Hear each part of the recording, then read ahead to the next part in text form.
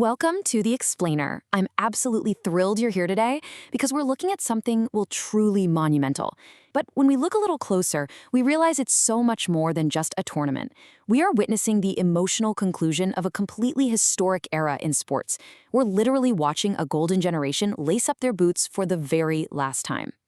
It's a question that kind of hangs heavy over every single match, every free kick, and every tearful exit this summer. What happens when the legends leave the pitch for the final time? I really want you to think about the absolute monumental void being left behind by this exiting generation, right? Because these aren't just players. These are the icons who taught millions of us to actually love the beautiful game. The 2026 World Cup marks a definitive and honestly a deeply bittersweet endpoint for international soccer as we know it.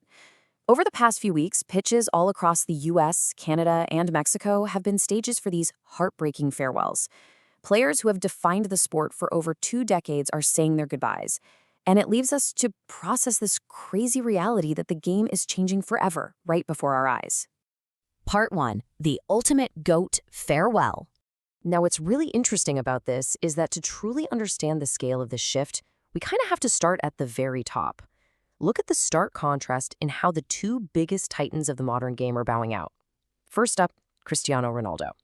His exit is 100% confirmed.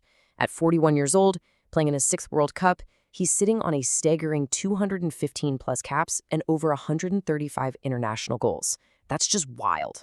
Then you have Lionel Messi. His exit is expected, though, not formally announced. At 38, going on 39, now Messi arrives as the defending champion, while Ronaldo arrived chasing that one major trophy still missing from his legendary collection. While Messi has kind of kept quiet about it all, Ronaldo made his intentions crystal clear in an interview back in November 2027. He said, "Definitely yes," so there's absolutely zero speculation here. He closed the door himself, marking this summer's tournament as his definitive, undeniable last chance on the global stage. And you know what? That finality actually brought a really surprising sense of peace. He has given me everything, much more than I ever expected to achieve. Despite the intense heartbreak of returning home without that elusive World Cup title, he leaves the international stage with just profound gratitude. Part 2. Defying Age, the 40 Club. So Ronaldo actually wasn't the only veteran pushing the boundaries of human endurance this summer. We're talking about legendary players like Luka Modrić of Croatia, Manuel Neuer of Germany, Guillermo Ochoa of Mexico, and Edin Dzeko of Bosnia and Herzegovina. All of them are 40 years old. No way. They are the absolute heartbeats of their respective nations. I mean, Dzeko literally dragged his country back to the World Cup for only their 2nd appearance ever. They completely defied father time to step onto the pitch one last time.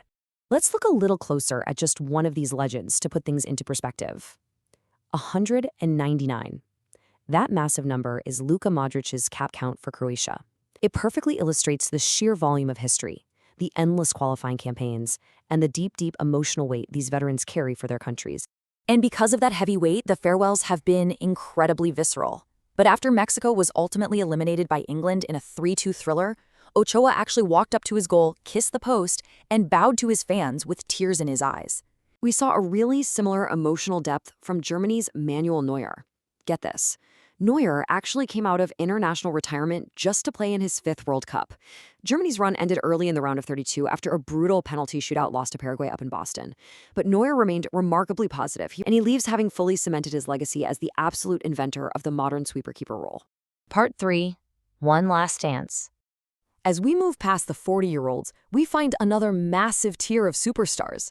And this brilliantly illustrates the staggering scale of this changing guard.